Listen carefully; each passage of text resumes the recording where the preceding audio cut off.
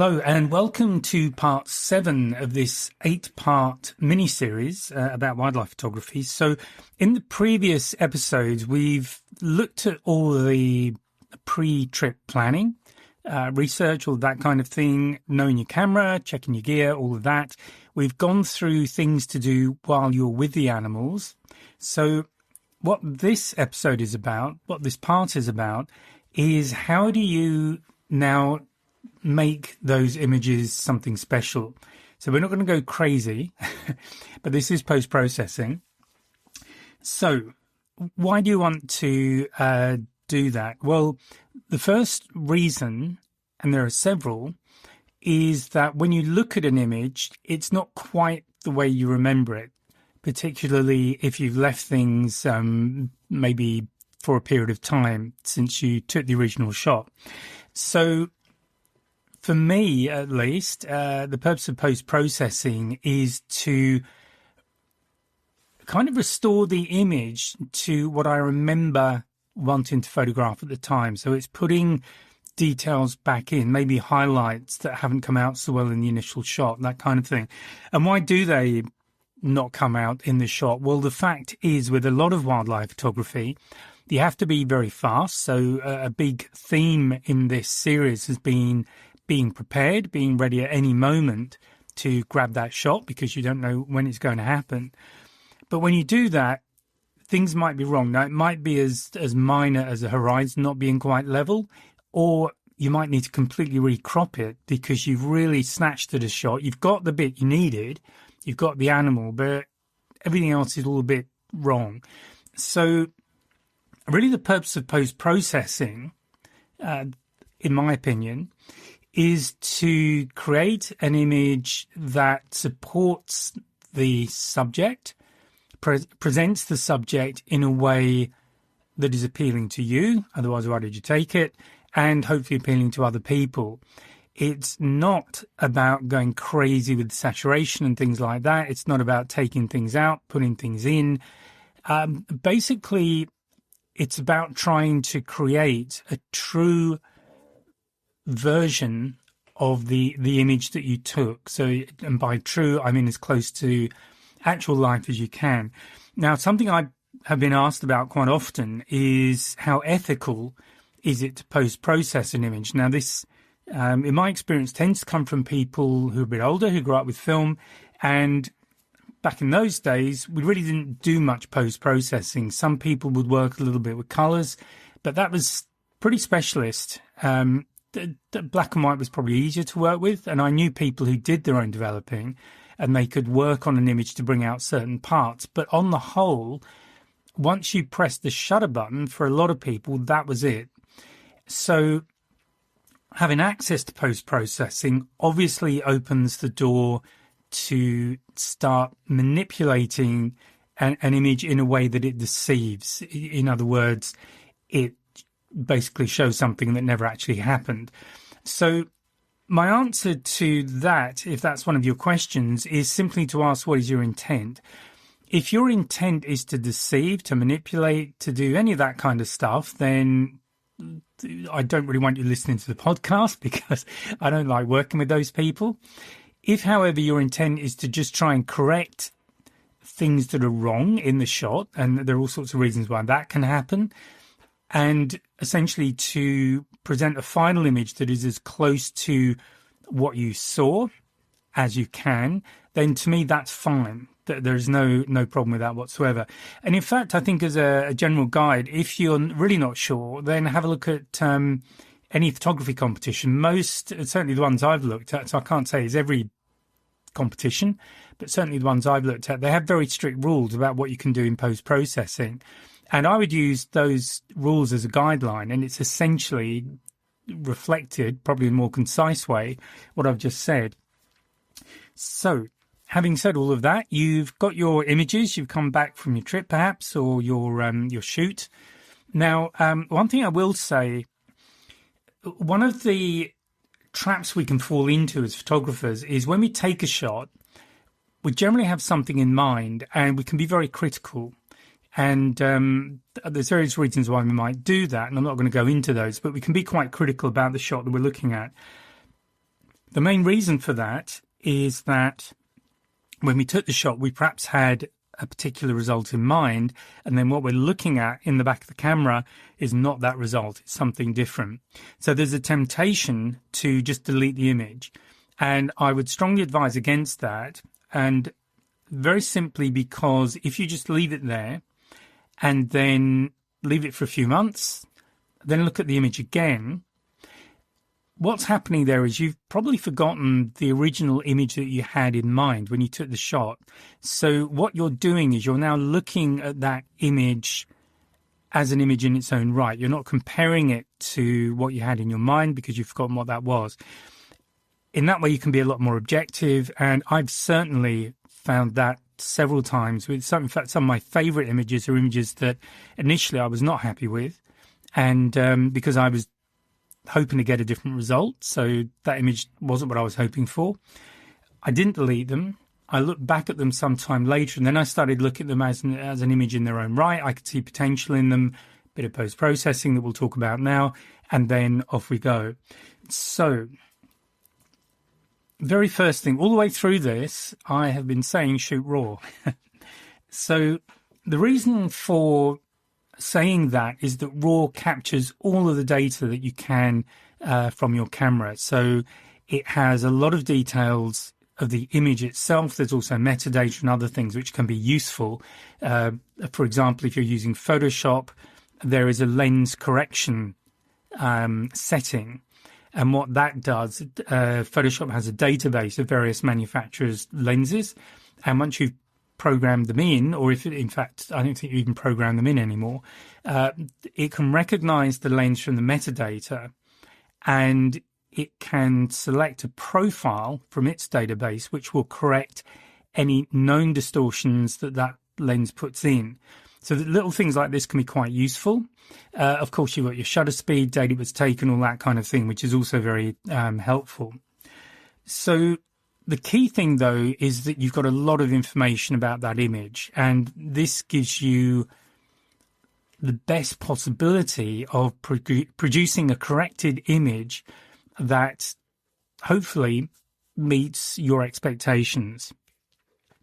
So, and I will just say, sorry, before I dive into that, is that JPEG, if you're not familiar, because generally that's an option on cameras to save in JPEG, JPEG compresses data, and the reason it does that is to create a much smaller file, which is great for downloading from websites, putting on Facebook, Instagram, that kind of thing. So by all means, save the final version of the image as a JPEG, but start with a RAW always and go from there.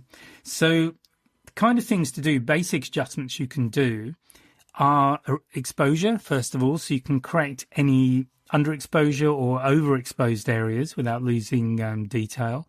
And you can use the histogram. So the histogram, I'm going to refer a little bit at Photoshop because that's what I'm most familiar with. The histogram will show you a nice even spread from the darkest part of the image to the lightest part of the image. I think it's that way around, left to right. And you don't want any strong peaks anywhere. You can also adjust the white balance, so you can adjust the lighting to be natural looking light. So sometimes though you can what we call warm it up, so make an image a little more kind of orangey, more like you would get in golden hour actually, or you can cool it down a bit, so basically push it towards the blue. And why might you want to do those? You might want to do that to just work on the mood a little bit. Now, speaking personally, it's very, very rare for me to change the white balance. I generally don't do that. And in fact, for pretty much all of my shots, I would rarely spend more than 2 minutes in Photoshop on them. So that gives you an idea. It's just, that's what I do. I'm not saying that's what you should be doing, but I like to minimize it. And as I say, what I'm looking for is to try and recreate that original image as I remember it. So other settings are contrast and clarity. So with contrast, you're really looking at the dynamic range, I suppose is another way of describing that. the difference between the darkest parts and the lightest parts. And if you get the contrast right, from my perspective, what I'm looking for there is the image starts to feel three-dimensional. I can just see more depth. I can see more tones. I can see more detail in the animal's musculature, for example. So there's more shapes in there. And if you're careful with the contrast, you can just get work with shadow and highlights to get a really nice contrast, so that animal, in my mind, it kind of pops is the phrase I use, but that's what I use that for. And clarity is another thing which can just sharpen things a little bit. So I can't give you an example here because this is audio, but do experiment a little bit, but always don't go crazy with this stuff, regardless of which editor you're using. You can try defaults. Sometimes I'll just pop the default raw editor setting on just to see what it gives me. And normally I'll take out the highlights and the light settings, drop those to 0, and then work in curve is what I do. And then just work on the contrast, work on the different elements until I feel that it's where I want it to be. And this probably sounds a bit vague, but it's simply because it's through experience, and it's also, I think, very subjective at this point. So it's what feels right to you, what feels right for me, might not feel right for somebody else. The next thing to do is look at enhancing details and sharpness. So you've got the sharpening tool. Now, I don't tend to use these things very much, but if you do want to really work on an image, then you do have tools that allow you to select things like the eyes, fur, feathers, or key parts of the image and just sharpen them. And bearing in mind that particularly if you're doing portraits, the eyes are going to be the most important part of the animal. That might be something worth looking at. Do avoid over sharpening because you start getting a kind of halo effect. So anything that looks odd, you really want to avoid that. Unless you're deliberately going for an abstract feel, that's, it's whatever floats your boat, basically. But if you're looking for something that's real, which is what I'm interested in, then be very careful about over-processing images because it does start to show up. Noise reduction is a good one, particularly if you've got a lot of either smooth sky or backgrounds that have a lot of one color in them. So things like noise from perhaps you had to shoot in a higher ISO, they become a lot more obvious where you've got a block of single color. So use what you can to reduce that. And think about cropping as well. Think about how you're putting your final image look together. What's the composition? So you might have used rule of thirds, which is fine. But then you might decide it's not working. And in fact, something I tend to do, because sometimes when I've worked on a few images, I start to get a little bit punch drunk with it, to be honest. So I suddenly can't quite get it where I want it, and I'm not even sure what I want. So what I'll tend to do, if I need to get something finished, just what I will do is just change the orientation of the shot, as in I'll switch from a landscape format to portrait. And that makes me, it's kind of like looking at the image again. But if it was originally shot in landscape, which is what most of mine are, if I flip it to portrait, then I'm just looking at a more detailed area of that particular image, and I start to see different things there, and that gives me more ideas. So if you are getting stuck, sort of writer's block with the post-processing, think about doing that. Just do something different. On the color side of it, you have on Photoshop vibrance and saturation. So saturation, vibrance tends to work with more specific colors. So I tend to use vibrance if I want to bring out sky, the blue in the sky, things like that. Again, with different images, I tend to work with the balance of the two. Again, I might slightly oversaturate from time to time, but I don't do it very often. And in fact, the guideline that I use when I'm setting the color is quite often there will be grass or leaves in the shot because I'm shooting wildlife, so I'm out in nature. And I just try and get that green to look as realistic as I can. And as it happens, I can look out of my window here and see a hedge and some grass. So that gives me a visual reference, and it just gives me a way of keeping things together. So I might have that kind of little bit of punch I want in the image, but I've not gone crazy with totally oversaturated images. Now, I do see a lot of saturated images about, and again, look, it's subjective. It's whatever works for you. The thing I would say when you're working with all of this is to think about mood. And I've spoken before in the portrait episode about using, when you're shooting, using depth of field to maybe get in tight on an animal, but kind of either blur out the background or even make it sort of almost disappear. So this is something you can really work on in post-processing. And also you can just change elements. So if you've, for example, got leading lines in there, anything like that, you can just change the composition a little bit so they start maybe in one corner of the frame. So there's a lot you can do. As I say, I tend to minimize it because my interest really is in creating something that's as realistic as I can get it. And to be perfectly honest, in a nutshell, that is most of what I would do in Photoshop. Now, there are other packages around.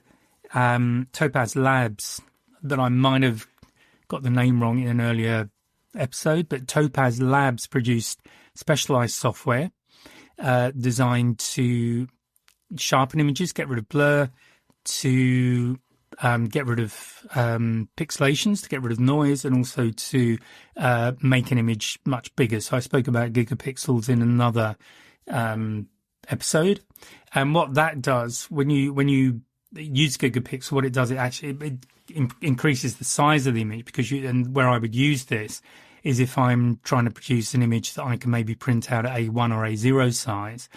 And even though the negs I start with are as big as I can get, so I've got a lot of data to work with, to get something that big, I like to have a little bit of extra size to the image. So what Gigapixel AI does, as it's moving the pixels apart, which is essentially what digital zoom does, it's filling in using quite a sophisticated algorithm what these new pixels should look like in order to match the rest. And I've been quite happy with the results so far. They do another one, I think it's Photo AI. I haven't tried that. I believe it's a combination of the other three packages, but I can't really comment on that. They also do have a version that is JPEG to RAW. I haven't tried that. Based on what I've seen from Topaz Labs, their stuff is quite good. So really, I guess almost to round up, because I don't have a huge amount to say on post-processing. Why do you want to post-process? Well, the first thing is to correct just basic errors. It might be in framing, or you might think of a better framing once you've got the shot, or you might want to change the orientation altogether. The next thing is to get things like the color right and the contrast so that the image pops a little bit. It's attractive. It draws the viewer in. It brings the viewer in. And one of the definition I like, I heard this some time ago, and I definitely have mentioned it before in other podcasts, but my favorite definition of what makes a good photograph, because what does make a good photograph, is simply that the longer somebody looks at it, the better the image. In other words, the more time they spend not trying to work out what it is, I don't mean that, but just looking at it, just being drawn in, maybe drawn to the eye of an animal, but maybe there are other things in the composition that support it, gives some indication of where it lives, its environment, maybe what its challenges are. The longer you have somebody looking at that, the more successful the image, because it's something they're likely to remember as well, because you've engaged them. Whereas there are a lot of images that are very flat, very uninteresting. They haven't really made good use of the subject, and it's the kind of image you'll just flick past without a second look. So that's not where you want to be. So do that. Think about composition. You might even go black and white, because once you take the color out, you're then looking at shapes and textures, and that can be quite different. In the last episode, I believe I spoke about this, and certainly with things like elephants. So I produced a book, which was Elephants in Black and White. First of all, you can really get a feel for the texture in their skin, but also on the headshots, portraits, you can see a lot of the hairs that are on the face, which you don't normally see, and around the lips. So this is something I like about black and white, because it's not how we see things. When we do look at something in black and white, we see it differently. We perhaps see more there than we would when it's in colour, which is how we normally see things. As I've said, the key thing, in my opinion, is to enhance what you've shot in such a way that it feels it's more accurate, it's closer to what you actually experienced, and it allows the viewer to feel a connection with it. And if you don't know what I mean by that, just think about wildlife photographs that you really liked, that maybe you've got on your wall or somewhere.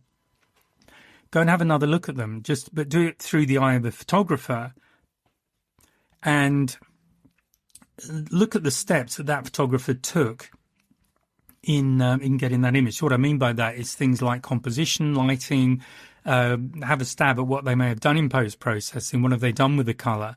Have they oversaturated? Have they kept it fairly neutral? Have they gone black and white? How have they used light? How have they used shadow? How have they used contrast? Do you get a feeling that you could almost reach out and touch that animal? So these are the kind of things to think about. So next steps, what I suggest you do is go back over particularly older shots and have a look at them again, but with new eyes, and just have a look at them in post-processing, see what you can do with them, because you may well find you've suddenly got an image that you absolutely love that you'd overlooked before. And a good idea is to put them together in a portfolio. That could be something that you might want to use in some sort of professional way. It may just be for your own pleasure, or it might be for another way of sharing your images, which is what I'm going to talk about next time. So I'm going to leave that there. I hope it's given you some clues about post-processing.